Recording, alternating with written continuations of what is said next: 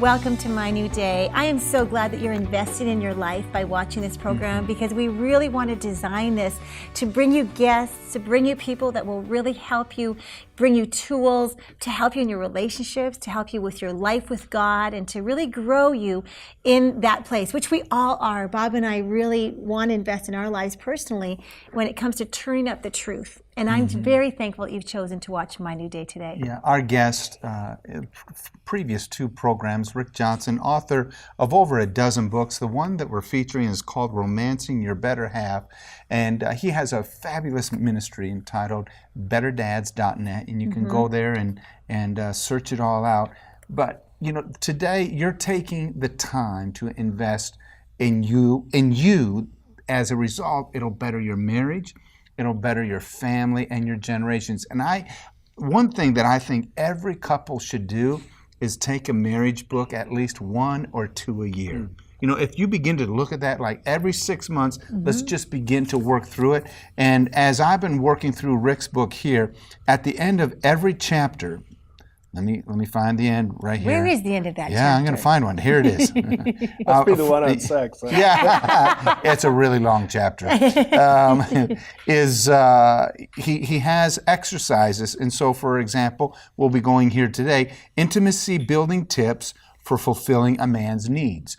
And so at the end of each chapter, there are things that you can practically talk about. And that's what I want to know. Like, Yes. as an investment to my marriage, I want to know how can I What can I help do? to meet Bob's needs. I mean, that's a great thing to know. I'm going to read that. Please. Let's Let's welcome to My New Day, Thank Rick you. Johnson. Rick, We're good to have you so with us. glad to have you here. Good to be back. We love your joy and your enthusiasm for marriage and for being a great parent. We love it. So can you help us today? We've gone through some of the steps of romancing your better half. Now for this third program, we want to talk about You actually used the word fixing a struggling marriage. Yeah. I couldn't think of a different verb Fixing. to use. There are struggling marriages out there. I couldn't think of a different verb to use, but Yeah, no, Okay. because it is what it is. So how can we get But there? I mean, for us guys, we don't like to be fixed, though. but we like to fix things. Yeah, we like to fix Right. things. So do we. So let's fix things. Okay. Let's talk about it.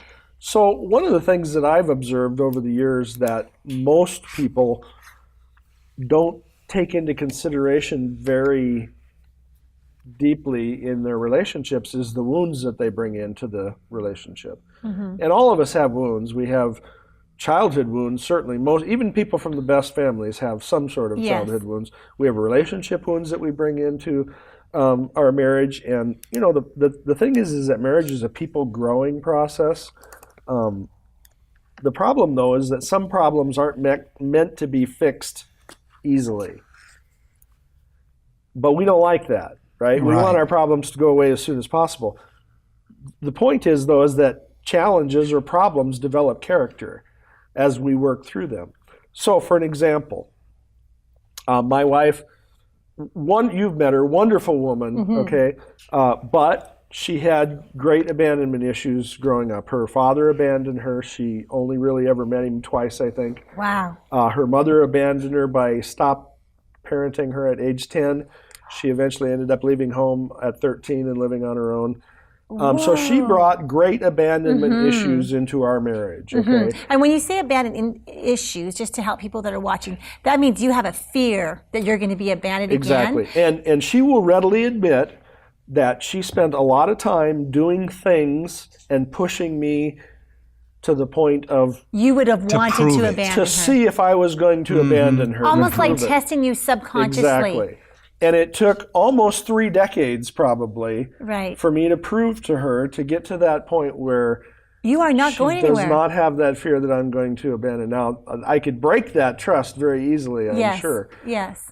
Now, not all problems, not all wounds are that deep and take that much effort to be fixed, but our wounds impact the way that we interact in our relationship in ways that we don't even understand, you know, how that looks and what that looks like. And so we have to be aware of what those wounds are. We have to take steps to heal those wounds so that we can become the type of people that we want to be have a good, healthy, solid marriage.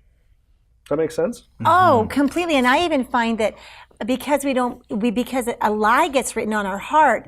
When I've been abandoned or this, the lie is I don't deserve to be stayed with. I know that's not good English, but I don't deserve someone that's going to stay with me because that's my heart doesn't even feel like it's worth that. Right. And so I believe that every person has to come to a place of healing in their heart where they find those lies that are not in agreement with how Jesus feels about them.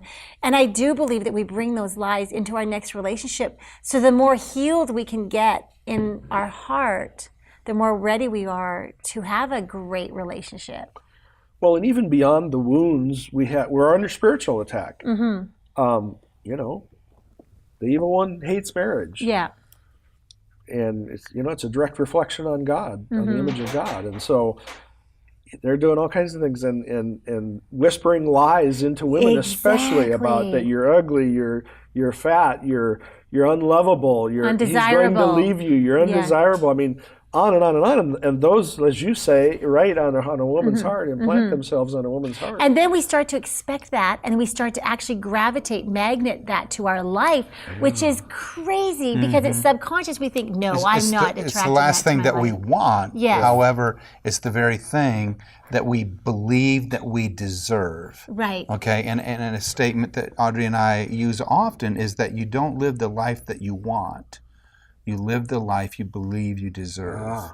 And so dealing with those lies and those beliefs in your heart, because you will attract to your life, to affirm that what you believe is really true. Right. So you can attract all the chaos, the rejection, all the dysfunction, all of that pain. And that's what keeps you in that cycle where it seems as though, you see, there it goes again, repeating the cycle again and again. Well, and you see that wounded people who have come from chaos, if you put them in a peaceful environment, they'll create chaos. Yeah. Exactly. Because they're comfortable with that. That's what they're used to. Yeah. Yes. But women, and especially, I think the evil forces, if you will, attack women in those areas because those are precisely the areas that God created women magnificently in, as being the culmination of His glory of His creation. You'd ask any man, women in their bodies are beautiful. I mean, and that's not what women would think about themselves or would think about. But did you know that I really feel that one of women's greatest needs, and we can talk about this, I'll see what you think, but is to feel beautiful. Is one of our God-given needs, and we think, that's selfish to want to feel beautiful. No, it's a God-given desire to feel beautiful. And I think that just the way pornography has infested our society, it attacks the beauty question because you needed to look at something else. And so that says I wasn't beautiful enough. And I think that every woman has to answer the beauty question apart from anyone else and apart from circumstances. But she has to get to that place where she hears God calling her beautiful to get healing, is what I'm saying. You're talking about so baggage. Many of them want or need that from their husbands, and we can't fulfill that. No. I think Bob mentioned that on one of the other shows.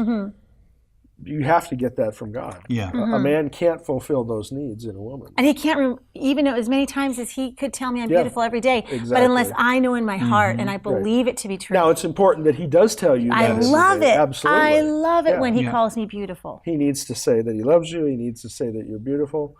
Those are things that you're important, that he'll fight for you. Those are things that women want and desire well said. To have in their life. In our very first program, you shared your story, the miracle of the transformation that happened in your life and how you didn't want to see the patterns, that were in your family transferred into, you being a dad and you being a husband. And so that's what we're talking about today is this baggage. And so when you came to Jesus, you and Suzanne, I mean, it's a brand new world, right?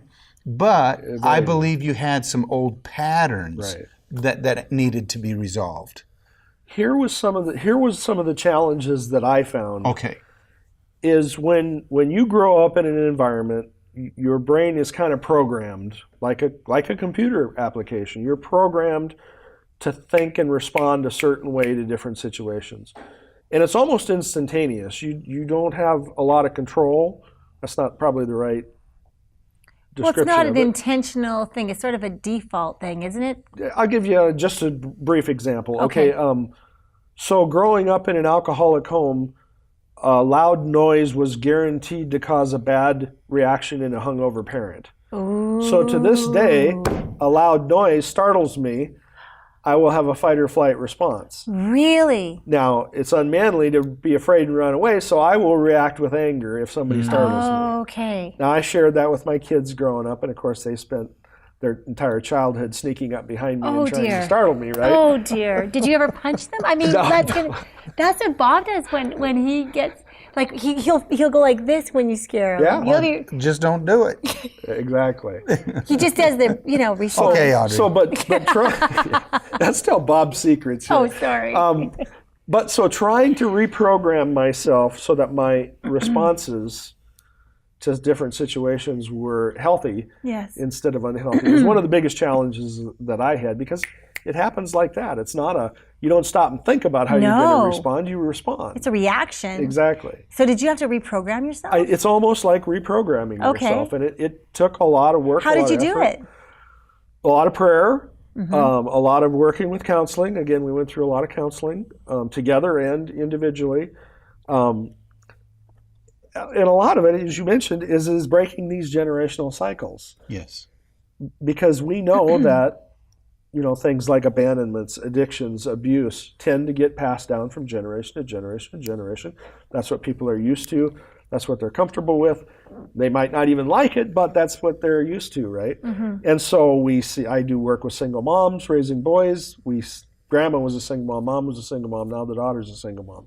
I talk to guys in prison. Dad was in prison. Grandpa was in prison. Dad was in prison. Now I'm in prison. It's not because they wanted to be in prison. That's because that was the example. And it's being, first of all, being educated about the baggage, the wounds, the generational legacy that was created, or sin, or whatever, however you want to say, that you are exposed to, and then how to educate myself on how do I go about making decisions that break those generational cycles. And we broke the generational cycles in our lineage of abandonment, addictions, abuse, things like that. Now that's hard. It's hard to break those cycles. But it's so worth it. It is so worth it, and it takes perseverance, it takes prayer, it takes teamwork. It takes a long-term vision, like you talked to us about in the And here's the problem, first show.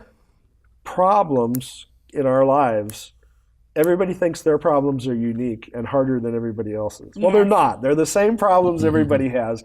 But when I'm going through them, I think they are worse and harder than anybody else. And so it's hard to persevere through those problems. But it's really not. They're the same problems everybody else faces as well. So and I want to go back to our first program, because I thought, in talking about perseverance, it was, I thought just so key.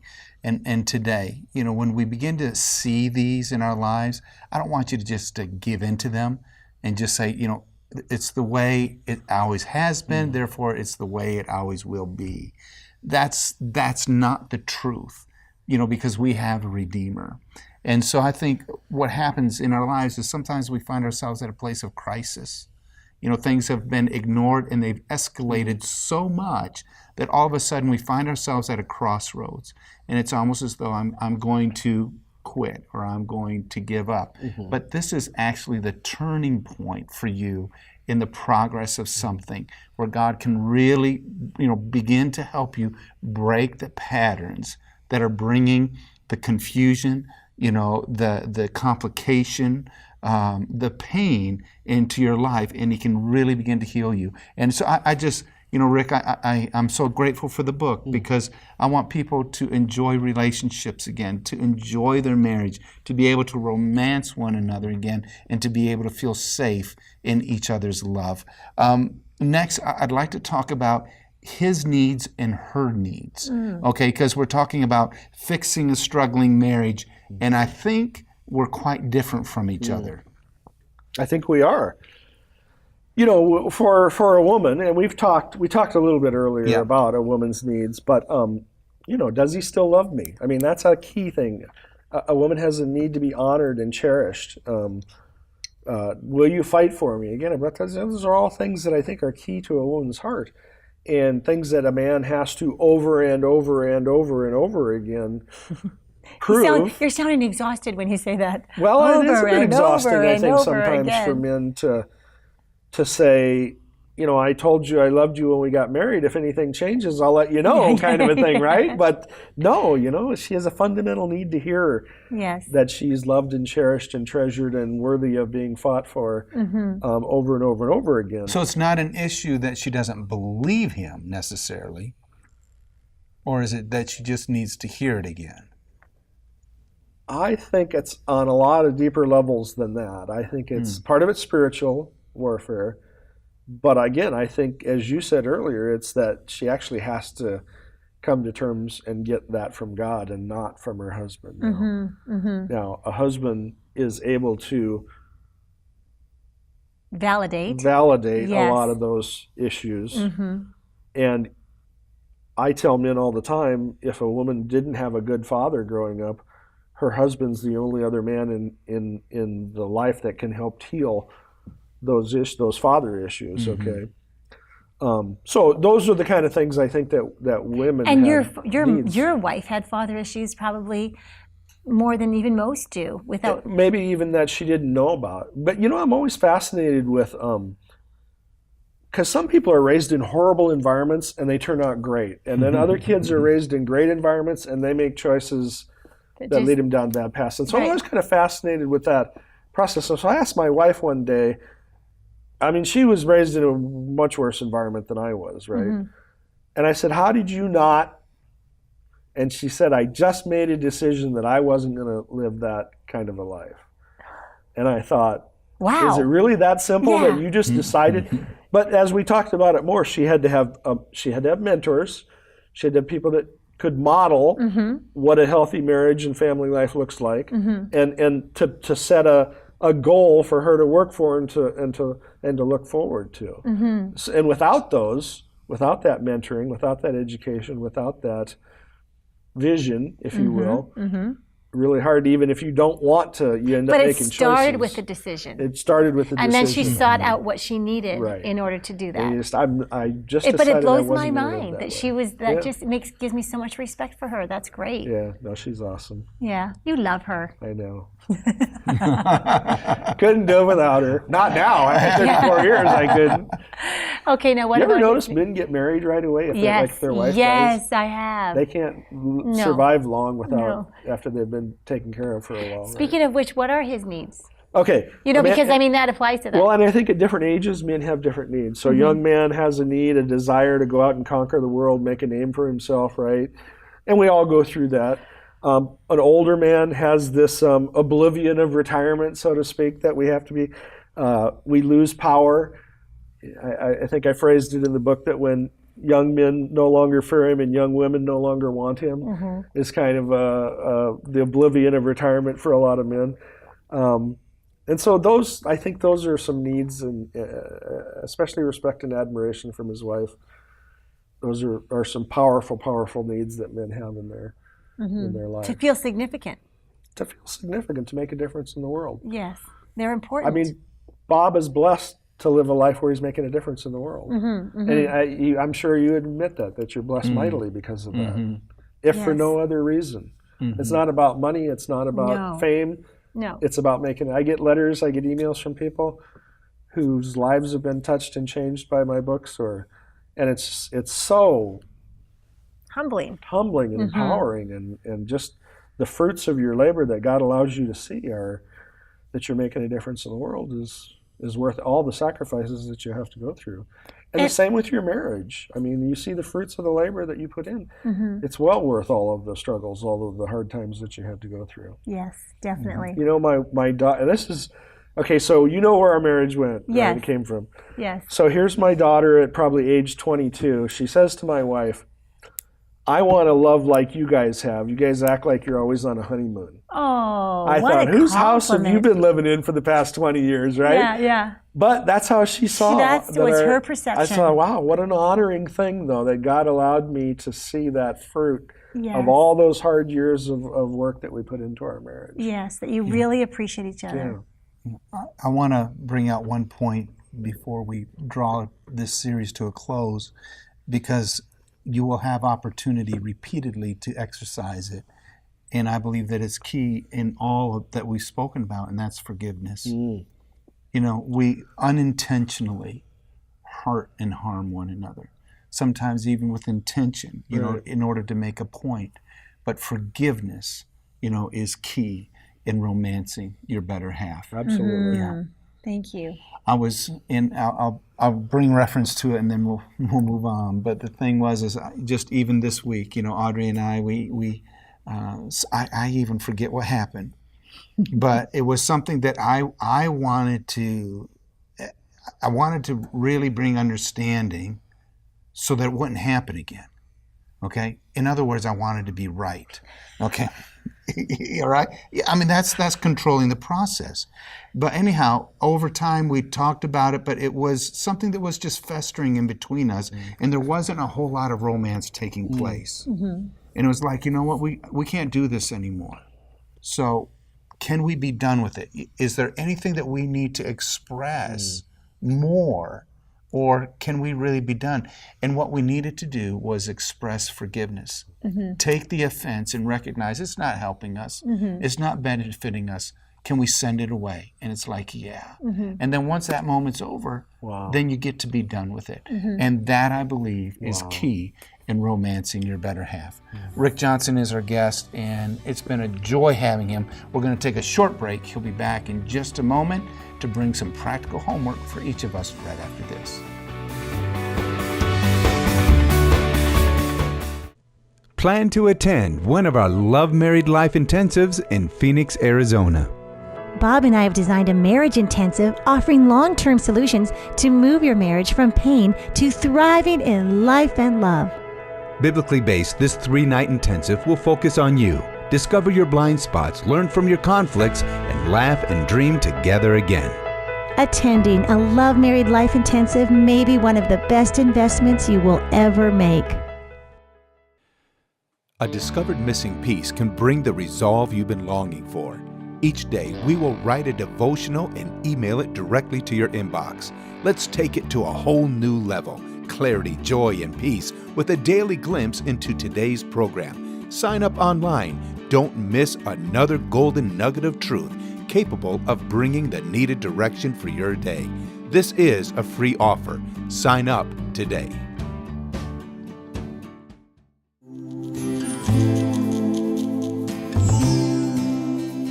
Bob and I just really want to wish you a Merry Christmas season.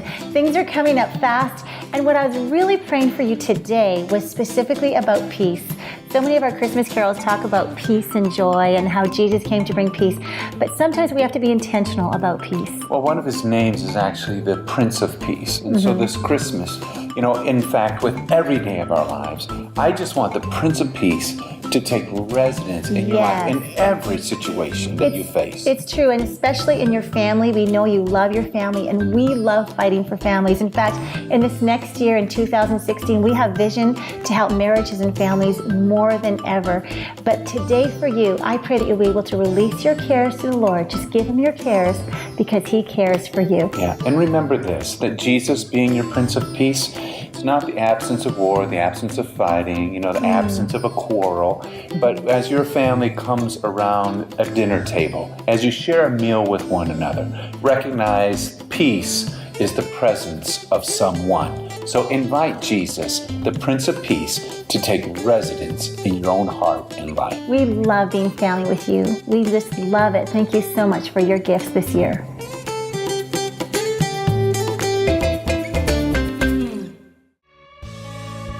Oh my goodness. Well, that was just icing on the cake. But I was willing to serve him when I thought he was the one that was causing all of my problems. I didn't commit to him because he was my way of getting me something. Right. And see, I think a lot of people come to the Lord and they start believing God without ever making this surrender to God. And because of it, their selfish nature is still intact, and they just tack God onto that, and it's polluted. It's polluted. Giving to New Day Ministries is simple and effective. Visit our website and navigate to the Give page. Select the gift amount. Enter who the gift is from, and finally, choose your method of payment. It's that simple. be sure to check your email for instant confirmation of your online gift. Your generosity demonstrates care for others while providing extreme hope to thousands each day. A discovered missing piece can bring the resolve you've been longing for. Each day, we will write a devotional and email it directly to your inbox. Let's take it to a whole new level. Clarity, joy, and peace with a daily glimpse into today's program. Sign up online. Don't miss another golden nugget of truth capable of bringing the needed direction for your day. This is a free offer. Sign up today.